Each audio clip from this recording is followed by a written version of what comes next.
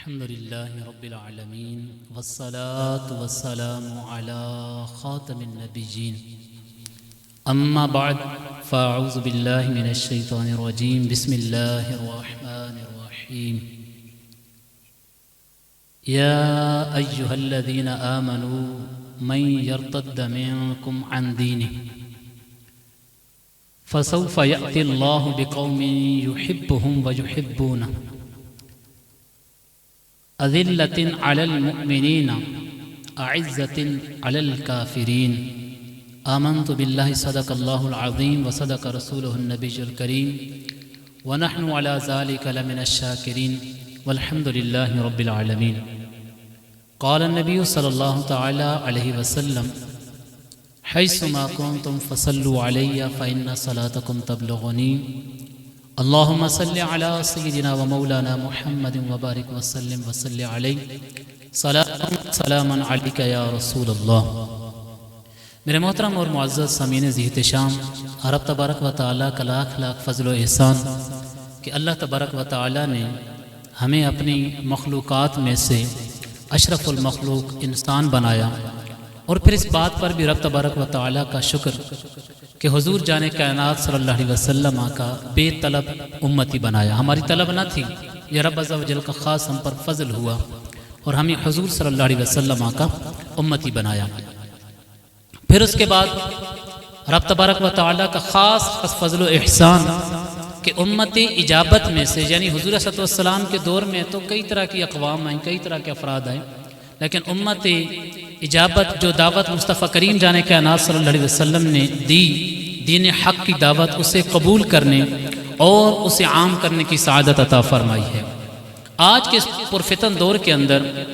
اس بات پر مزید رب عز و جل کا شکر کہ رب عز و جل نے ہمیں نظریات مجدد الفسانی رحمۃ اللہ تعالی علیہ اور نظریات امام احمد رضا کا پیروکار بنایا، اور پھر اس بات پر رب کا خاص شکر کہ اس دور کے مجدد حضرت علامہ مولانا محمد الیاس ستار قادری رضوی دامت برکاتہم العالیہ کے دامن سے حقیقی وابستگی عطا فرمائی ہے. سامعین ذی احتشام، پرفتن دور ہے، مگر اس دور کے اندر بہت ساری چیزیں ایسی ہیں کہ اگر ہم اپنے اسلاف کی ایجادوں کو اپناتے ہوئے چلیں، اپنے اسلاف کے نظریات کو اپناتے ہوئے چلیں،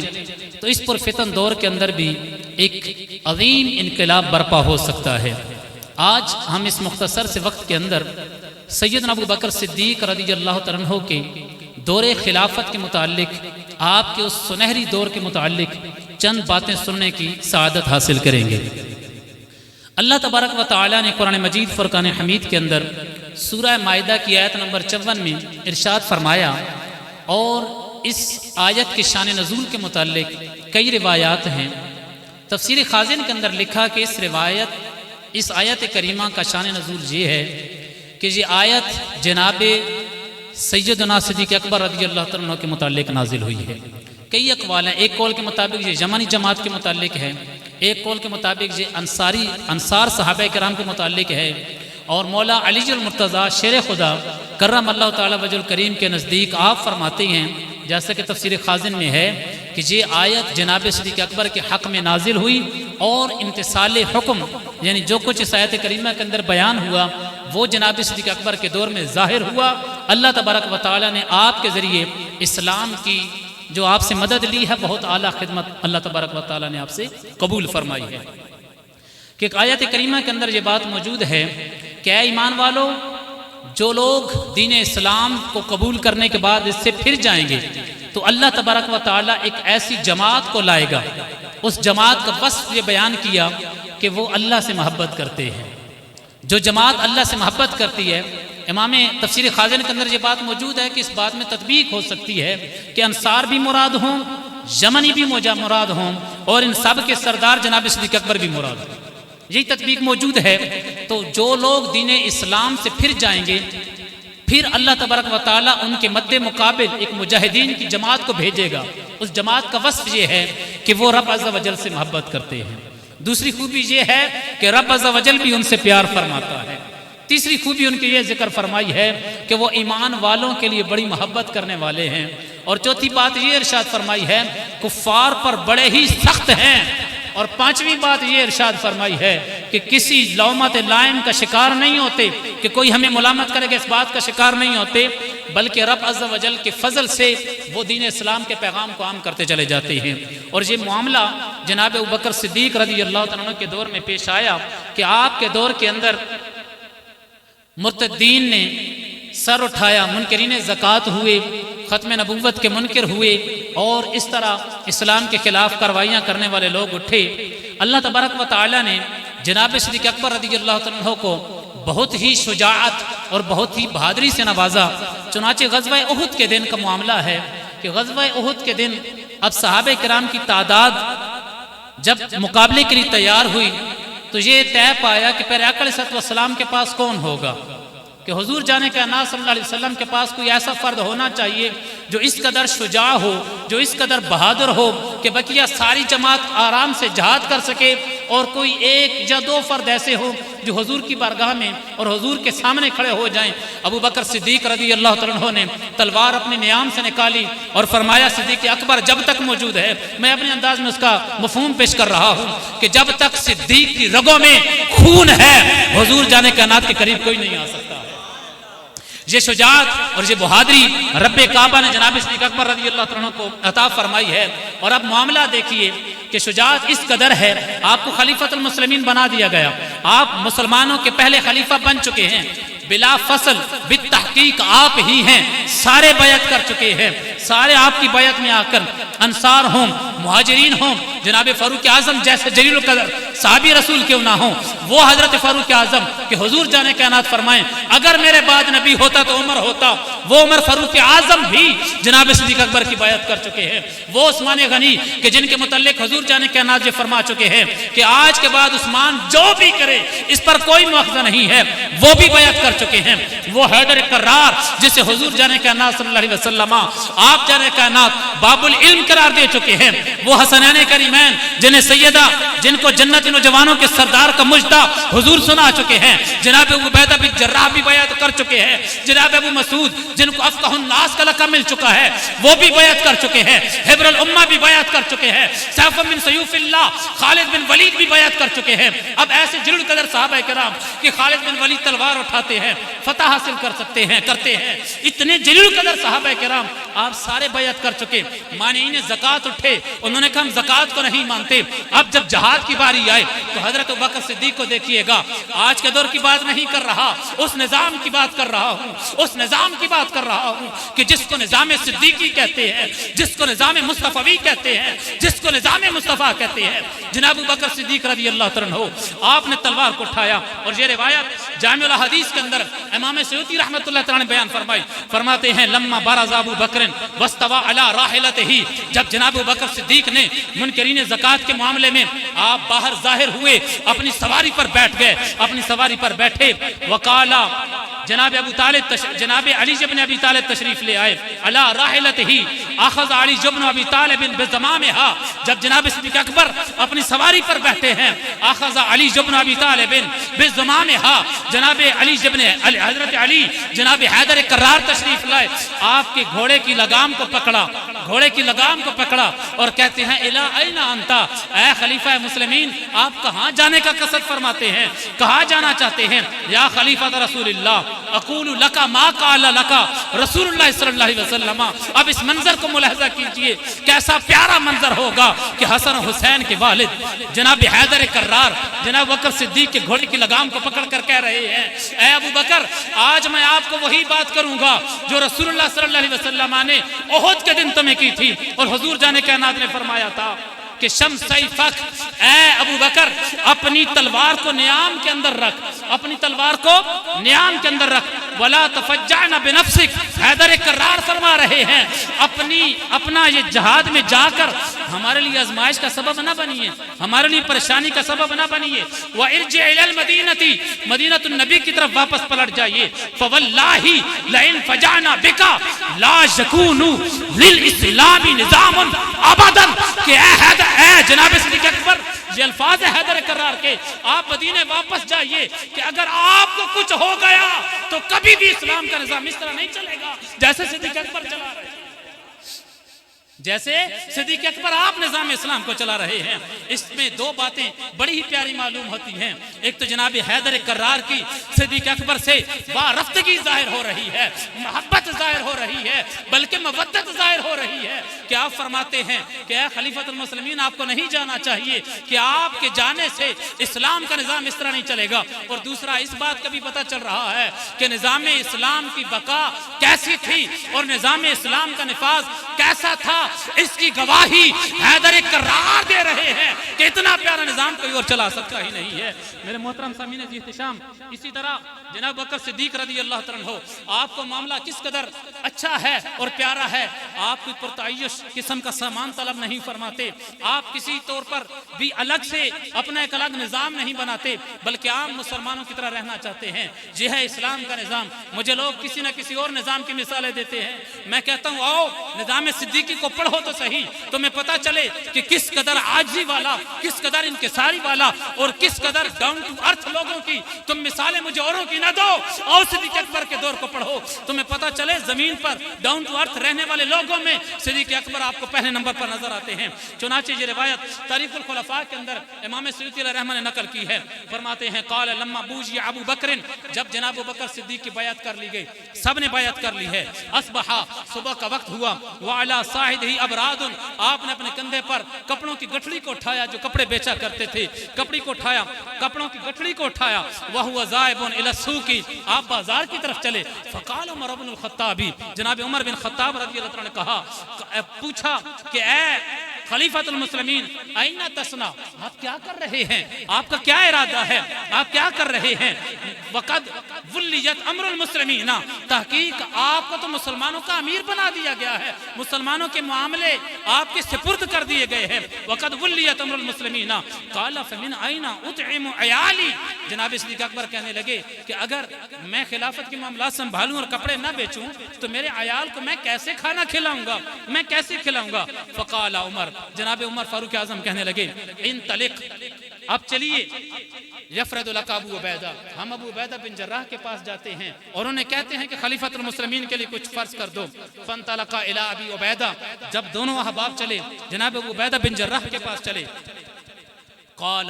اور اب ابو عبیدہ بن جراح بھی سنیے, صحابی رسول ہیں نا, نظام صدیق اکبر دیکھیے, نظام مصطفیٰ پر چلنے والے سارے صحابہ کو دیکھیے. ایک طرف کیفیت یہ ہے کہ کپڑوں کی گٹھڑی اٹھائے چل رہے ہیں, اور دوسری طرف کیفیت یہ ہے کہ جب لایا گیا یہاں پر تو حضرت ابو عبیدہ بن جراح فرمانے لگے افرد لکا قوت رجل من المہاجرین, قوت رجل من المہاجرین لیس بافضلہم ولا اوکسہم وکسوت الشتاء والصیف. فرماتے ہیں جتنا ایک عام مہاجر مرد کماتا ہے, ہجرت کر کے آنے والا جتنا کماتا ہے, میں آپ کے لیے اتنا روزانہ کا مقرر کرتا ہوں, سردیوں اور گرمیوں کے کپڑے مقرر کرتا ہوں. اللہ اکبر, وہ لینڈ کروزریں نہیں مانگ رہے, وہ اس دور کے حساب سے اونٹ نہیں مانگ رہے, گھوڑے نہیں مانگ رہے, عربی النسل اچھے گھوڑے نہیں مانگ رہے, اور گھر کے خرچے اتنے اعلیٰ قسم کے نہیں کر رہے, بلکہ ایک عام مہاجر جتنا کما رہا ہے اتنے میں گزارا کر رہے ہیں. بلکہ جہاں تک موجود ہے آپ کی زوجہ محترمہ کہنے لگی اے صدیق اکبر, میرا حلوہ کھانے کا دل کر رہا ہے, میٹھا کھانے کا دل کر رہا ہے. اے نظاموں کی بات کرنے والوں, کیوں نہیں نظام صدیقی کی بات کرتے, تاکہ تمہیں پتہ چلے کہ کس نظام کے دائی ہے مسلمان. وہ معزز سے زمانے میں مسلمان ہو کر اور تم خاک ہوئے تارک قرآن ہو کر, کتنا پیارا نظام ہے. آپ کی زوجہ محترمہ کہتی ہیں کچھ میٹھا کھانے کا دل کر رہا ہے. جناب صدیق اکبر فرماتے ہیں جتنی میری تنخواہ ہے اس میں تو اس گزارا ہوتا ہی نہیں ہے, اس میں تو حلوہ نہیں بن سکتا, مٹھائی نہیں بن سکتی. آپ کی زوجہ کچھ دنوں کے بعد مٹھائی لاتی ہیں اور کہتی ہیں آپ کو جو تنخواہ مل رہی تھی اس میں سے میں نے کچھ کم کرتے کرتے یہ بچا کر یہ مٹھائی تیار کی ہے. جناب صدیق اکبر فرماتے ہیں اس کا مطلب یہ ہے کہ اور بھی کچھ کم ہو سکتا ہے. جناب صدیق اکبر رضی اللہ تعالیٰ عنہ اور بھی اپنی تنخواہ میں سے کٹوتی کروا دیتے ہیں اور کہتے ہیں کہ یہ مسلمانوں کے معاملے میں خرچ کی جائے. میرے معزز سامعین عزیز احتشام, یہ حال ہے جناب صدیق اکبر رضی اللہ تعالیٰ عنہ کا. آپ اتنے پیارے انداز میں حضور جانے کے نبی صلی اللہ علیہ وسلم کے دین کو چلا رہے ہیں. اور میں آج کی آخری روایت پیش کرتا ہوں. السنن الکبریٰ کے اندر امام بیہقی علیہ الرحمہ نے ارشاد فرمایا, آپ فرماتے ہیں ان عائشہ رضی اللہ تعالی عنہا, جناب عائشہ الصدیقہ طیبہ طاہرہ زاہدہ عابدہ عفیفہ محبوب خدا رضی اللہ تعالی عنہا سے روایت ہے. قالت فرماتی ہیں قال ابو بکر رضی اللہ عنہ, جناب ابوبکر صدیق رضی اللہ عنہ نے فرمایا، کیا فرمایا اور کب فرمایا؟ فرماتے ہیں حینا ادرا، جب ان کا وقت وصال قریب آیا تب فرمایا۔ فرماتے ہیں فرمایا انظر کل شیء، میرے گھر والوں دیکھو میری تمام چیزوں کو، میرے گھر والوں میری تمام چیزوں کو دیکھو، زیادہ فی مالی، جو میرے مال میں زیادہ ہوئی ہیں، جو میرے مال میں زیادہ ہوئی ہیں۔ یہ گوشوارے شو کیے جاتے ہیں نا تو اثاثے الیکشن لڑنے سے پہلے اور ہوتے ہیں، اس کے بعد اور ہو جاتے ہیں، اور کئی ہزاروں فیصد ترقیاں ہو جاتی ہیں۔ جناب صدیق اکبر رضی اللہ عنہ فرماتے ہیں کہ دیکھو میرے مال کو، منذ دخلت فی حاضر امارہ، جو مجھے بادشاہ یہ خلیفۃ المسلمین بننے کے بعد، امارت مسلمین ملنے کے بعد بڑے ہیں، وہ سارے کے سارے جو جتنے بھی ہیں وہ اثاثے، جتنا بھی مال ہے وہ سارے کا سارا فرد بہی الی الخلیفتی، وہ سارے کا سارا من بعدی، جو میرے بعد خلیفہ بنے اس کے حوالے کر دینا، اس کے حوالے کر دینا۔ اب کتنے اثاثے ہوں گے؟ آئیے آگے سنتے ہیں۔ فرماتی ہیں حضرت عائشہ صدیقہ فلما ماتا، جب جناب صدیق اکبر محبت مصطفیٰ میں اس دنیا عارضی کو، اس دنیا فانی کو چھوڑ کر چلے گئے، فرماتی ہیں فما وجدنا زاد فی مالی، ہم نے آپ کے مال کو جب ٹٹولا، کھولا، دیکھا، سارا مال دیکھا، فرماتی ہیں ایک غلام کے علاوہ، الا نادحا کانا یسقی بستان اللہ و غلاما نوبیجا، فرماتی ہے ایک ہی غلام تھا جو باغوں کو پانی دیتا تھا، غلام نوبی، نوبی ایک جگہ کا نام ہے، فرماتی ہیں اس مقام کا رہنے والا ایک غلام تھا، اس کے علاوہ آپ کا کچھ بھی نہیں تھا جو اثاثہ بڑا ہو۔ فرماتی ہیں کانا یحمل سبی اللہ، قالت حضرت عائشہ فرماتی ہیں فارسلت بہی الی عمر، ہم نے صدیق اکبر کی بارگاہ میں پیش کر دیا، کہ ہم نے عمر فاروق اعظم کی بارگاہ میں پیش کر دیا کہ صدیق اکبر نے فرمایا تھا کہ میری وصیت ہے کہ میرے بعد جو بچے وہ بعد والے خلیفہ کو پیش کر دیا جائے۔ حضرت ابوبکر صدیق نے جب یہ معاملہ کروایا، اور آپ تو اب قبر انور میں تدفین آپ کی ہو چکی، حضرت عمر رضی اللہ عنہ کی باری ہے۔ اب حضرت عمر رضی اللہ عنہ بکا، آپ رونے لگے، اور آپ نے فرمایا رحم اللہ ابا بکر، رحم اللہ ابا بکر، اللہ مالک کریم ابو بکر کی ذات پر رحم فرمائے کہ لقد اتعبا من بعدہ تعبا شدیدا، کہ ابو بکر صدیق نے بعد والوں کے معاملے کو بہت ہی بھاری کر دیا ہے، بہت مشکل کر دیا ہے۔ کتنی پیاری بات ہے۔ اب یہ دیکھیے نظام کی بات ہے کہ جناب صدیق اکبر رضی اللہ عنہ جب دنیا سے جا رہے ہیں، وصیت کر کے جا رہے ہیں، جو مال زیادہ ہے وہ واپس کرنا، اور ایک روایت کے مطابق آپ کے دور سلطنت میں آپ نے جتنی تنخواہ لی ہے وہ 8000 درہم، آپ کی تنخواہ صرف 8000 درہم بنتی ہے۔ اس دور کا حساب لگائیں، آپ حیران ہو جائیں کہ یہ تو چند ماہ کا خرچہ بنتا تھا کچھ لوگوں کا۔ جناب صدیق اکبر رضی اللہ عنہ نے 8000 درہم تنخواہ لی تھی، جو آپ کی تنخواہ بنتی تھی۔ آپ نے آپ کے وصال کے بعد وہ ساری تنخواہ، آپ کے جتنا مال بچتا تھا وہ ساری مسلمانوں کو واپس کر دی گئی، امیر المومنین جناب فاروق اعظم کو واپس کر دی گئی۔ لوگ کہتے ہیں اس پر عمل کرنے والا کون نظر آتا ہے؟ تو میں کہتا ہوں آؤ نا یار، آج کے دور میں تمہیں دکھاتا ہوں نظام صدیقی پر عمل کرنے والے آج بھی موجود ہیں۔ جی ایسے ہی نہیں تاثیر پیدا ہو گئی، جی ایسے نہیں ہو گیا کہ لاکھوں نوجوان ان کے بیان کو سن کر، ان کے ملفوظات کو سن کر، ان کے مذاکرے کو سن کر راہ سنت پر چلنے والے ایسے نہیں بن گئے ہیں۔ آج دنیا کے کونے کونے میں لوگ دعوت اسلامی کے پیغام کو سمجھنے والے ایسے نہیں بن گئے ہیں، بلکہ آج بھی نظام صدیقی پر عمل کرنے والے ہیں۔ ہاں کراچی کے اندر میرے شیخ طریقت امیر اہل سنت موجود ہیں۔ اسی بات پر میں اپنا اختتام کروں گا۔ اب دیکھیے نظام صدیقی پر کیسے عمل کرنے والے ہیں۔ اللہ تبارک و تعالیٰ میرے آصف بھائی کو سلامت رکھے، ان کے ساؤنڈ سسٹم کو سلامت رکھے۔ آج میں ایک دو مقامات پر اور بھی بیان کر کے آیا تو میں ذرا سوچ رہا تھا کہ بیان کیسا ہوگا،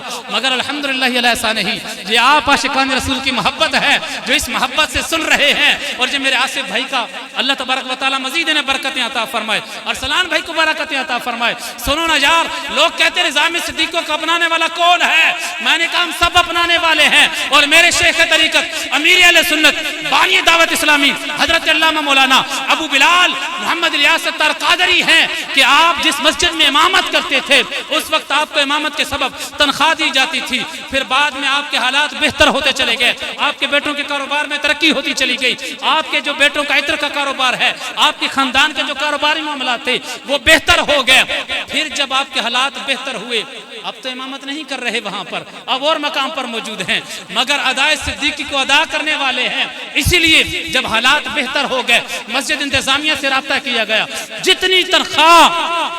تنخواہ اس دور میں لی تھی وہ ساری تنخواہ جناب الیاس قادری میرے پیر و مرشد نے مسجد کی انتظامیہ کو واپس کر دی ہے۔ ہم الحمدللہ علی احسانہ ان کے مرید ہیں، رب عز و جل کا خاص فضل ہے۔ بہت سی روایات ہیں جو جناب صدیق اکبر رضی اللہ تعالیٰ عنہ کی شان، آپ کی عظمت اور آپ کے سنہری دور کو یاد کرواتی ہیں اور ہمیں بتاتی ہیں، مگر وقت کے دامن میں اتنی وسعت نہیں ہے، اسی لیے بس صرف اتنی سی التجا ہے میرے معزز سامعین ذی احتشام، اللہ تبارک و تعالی ہمیں جناب صدیق اکبر رضی اللہ تعالیٰ عنہ، جمیع صحابہ کرام، جمیع اہل بیت اطہار سے سچی سچی محبت نصیب فرمائے۔ بخاری شریف کی ایک روایت پیش کرتا ہوں اور اسی پر اختتام کروں گا کہ